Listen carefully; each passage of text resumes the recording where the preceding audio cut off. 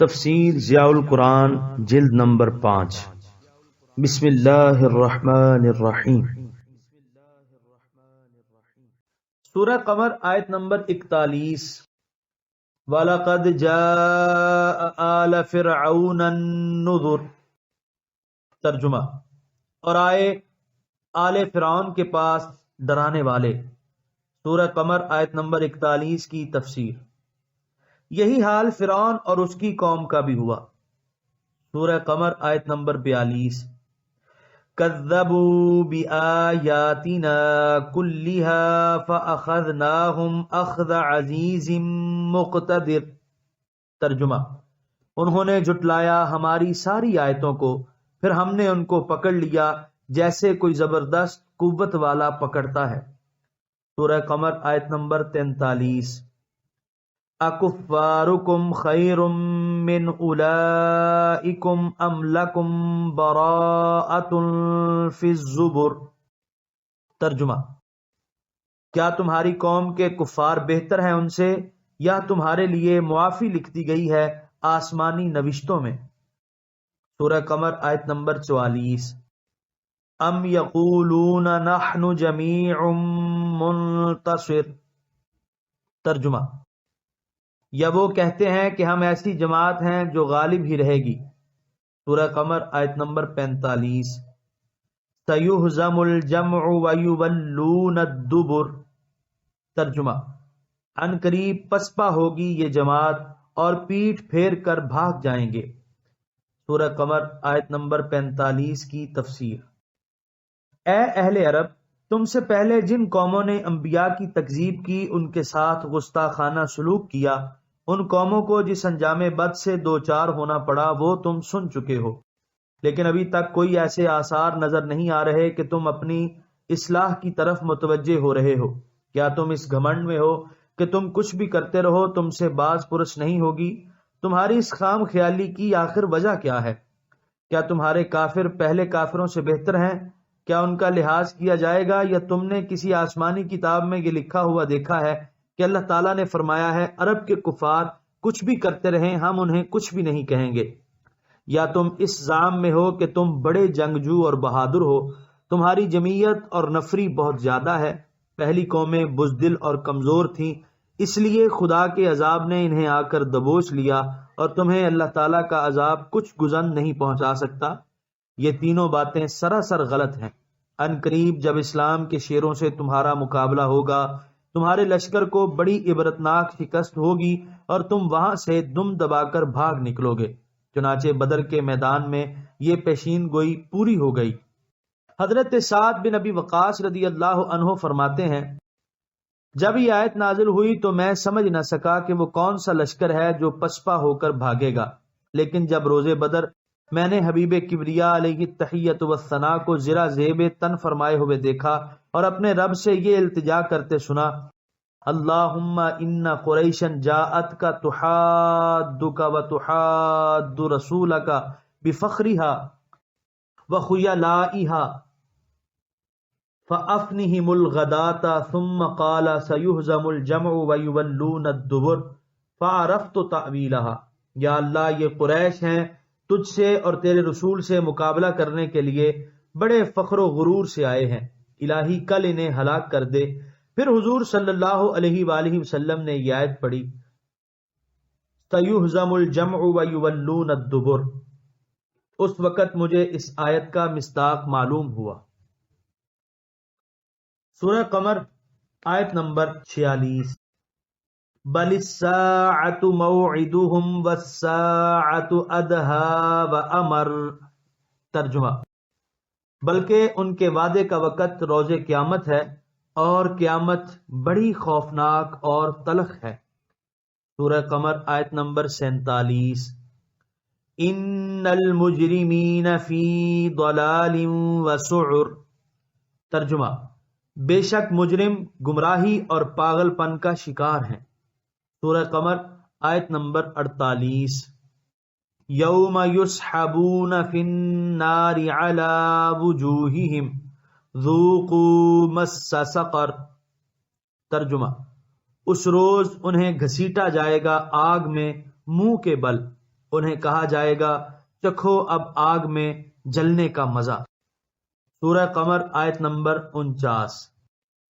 اِنَّا كُلَّ شَيْءٍ خَلَقْنَاهُ بِقَدَرٍ۔ ترجمہ، ہم نے ہر چیز کو پیدا کیا ہے ایک اندازے سے۔ سورہ قمر آیت نمبر 50۔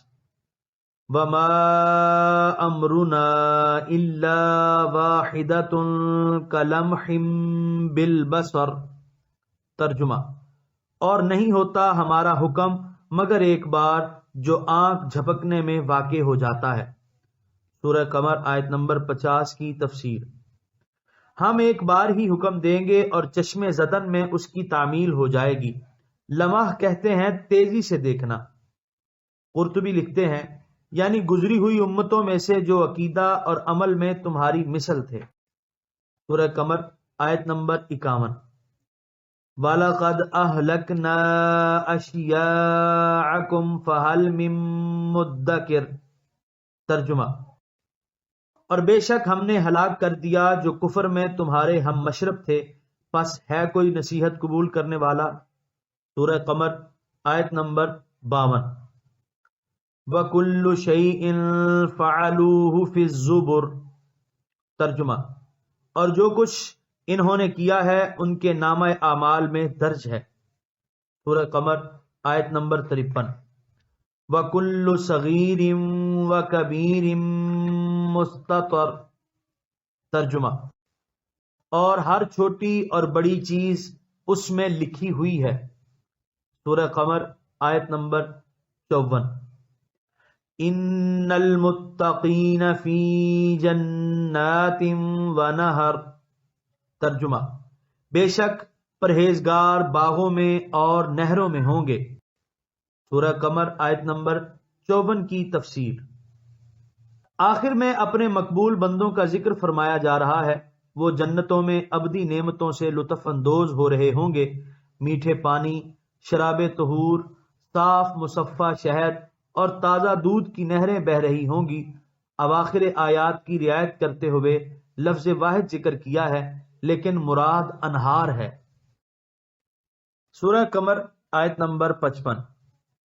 فی مقعد صدق عند ملیک مقتدر۔ ترجمہ، بڑی پسندیدہ جگہ میں عظیم قدرت والے بادشاہ کے پاس بیٹھے ہوں گے۔ سورہ قمر آیت نمبر 55 کی تفسیر۔ مقعد بیٹھنے کی جگہ، صدقن مردین یعنی پسندیدہ، یہاں موصوف صفت کی طرف مضاف ہے۔ حضرت امام جعفر صادق رضی اللہ عنہ فرماتے ہیں یعنی اللہ تعالیٰ نے اس جگہ کو صفت صدق سے موصوف فرمایا ہے، اس لیے وہاں اہل صدق ہی کو بیٹھنے کی جگہ ملے گی۔ اس نشست گاہ کو مقعد صدق اس لیے فرمایا گیا ہے کہ یہ وہ مقام ہے جہاں اللہ تعالیٰ نے اپنے اولیاء کے ساتھ جو وعدے فرمائے ہیں وہ پورے فرمائے گا۔ اس وقت ان عاشقان دل فگار کو اذن عام ہوگا کہ اے آتش عشق میں جلنے والو، اے شوق دیدار میں ماہی بے آب کی طرح عمر بھر تڑپنے والو، محبوب ازلی اپنے رخ زیبا سے پردہ اٹھا رہا ہے، آنکھیں اٹھاؤ اور سیر ہو کر شاہد رانا کا دیدار کر لو۔ علامہ قرطبی خالد بن معدان سے نقل کرتے ہیں ہمیں یہ خبر پہنچی کہ قیامت کے روز دو فرشتے مومنین کے پاس حاضر ہوں گے اور کہیں گے یا اولیاء اللہ انطلقوا، اے اللہ کے دوستو تشریف لے چلیے۔ وہ پوچھیں گے کدھر؟ فرشتے کہیں گے جنت کی طرف۔ اہل ایمان جواب دیں گے اے ملائکہ تم ہمیں ادھر تو نہیں لے جا رہے ہو جو ہماری آرزو تمنا تھی۔ فرشتے پوچھیں گے تمہاری آرزو کیا تھی؟ پس وہ لوگ کہیں گے ہم تو قدرت والے بادشاہ کی بارگاہ میں حاضر ہونا چاہتے ہیں۔ حضرت سعید بن مسیب رضی اللہ عنہ فرماتے ہیں کہ میں ایک رات مسجد میں گیا، کچھ وقت گزرا تو مجھے خیال آیا کہ صبح ہو گئی ہے، لیکن پتہ چلا کہ ابھی رات ہے، وہاں میرے سوا کوئی نہ تھا، چنانچہ میں پھر سو گیا۔ میں نے اپنے پیچھے کوئی حرکت سنی، میں گھبرا گیا، میں نے سنا کوئی کہہ رہا ہے یعنی اے شخص جس کا دل خوف سے بھر گیا ہے مت گھبرا، بلکہ پہلے یہ کہہ اللہم انکا ملیکم مقتدر ما تشاء من امر یکون، اے اللہ تو بادشاہ ہے، بڑی قدرت والا ہے، جو کام تو چاہتا ہے وہ ہو جاتا ہے، یہ کہنے کے بعد جو تیرے جی میں آئے وہ مانگ۔ سعید کہتے ہیں جو بھی میں اپنے رب سے مانگتا ہوں وہ مجھے عطا فرماتا ہے۔ یہ لکھنے کے بعد علامہ سید محمود آلوسی لکھتے ہیں انا اقول، میں کہتا ہوں، اور اسی طرح اللہ تعالیٰ کا یہ ناچیزہ بندہ بھی عرض کرتا ہے اللہم انکا ملیکم مقتدر ما تشاء من امری یکونا فاسعدنی فی الدارین وکلی ولا تکن علی وانصرنی علی من بغى علی واعدنی من ہم الدین وقہر الرجال وشماتۃ الاعداء وصلی اللہم وسلم علی سیدنا محمد وعلی آلہ وصحبہ والحمد للہ رب العالمین۔ یہاں پر 27ویں پارے کا 10واں رکوع مکمل ہوا اور یہاں پر سورہ قمر مکمل ہوئی۔ آپ دیکھ رہے ہیں PATF Islamic info YouTube channel. مزید اسلامک ویڈیوز کے لیے ہمارا چینل سبسکرائب کریں۔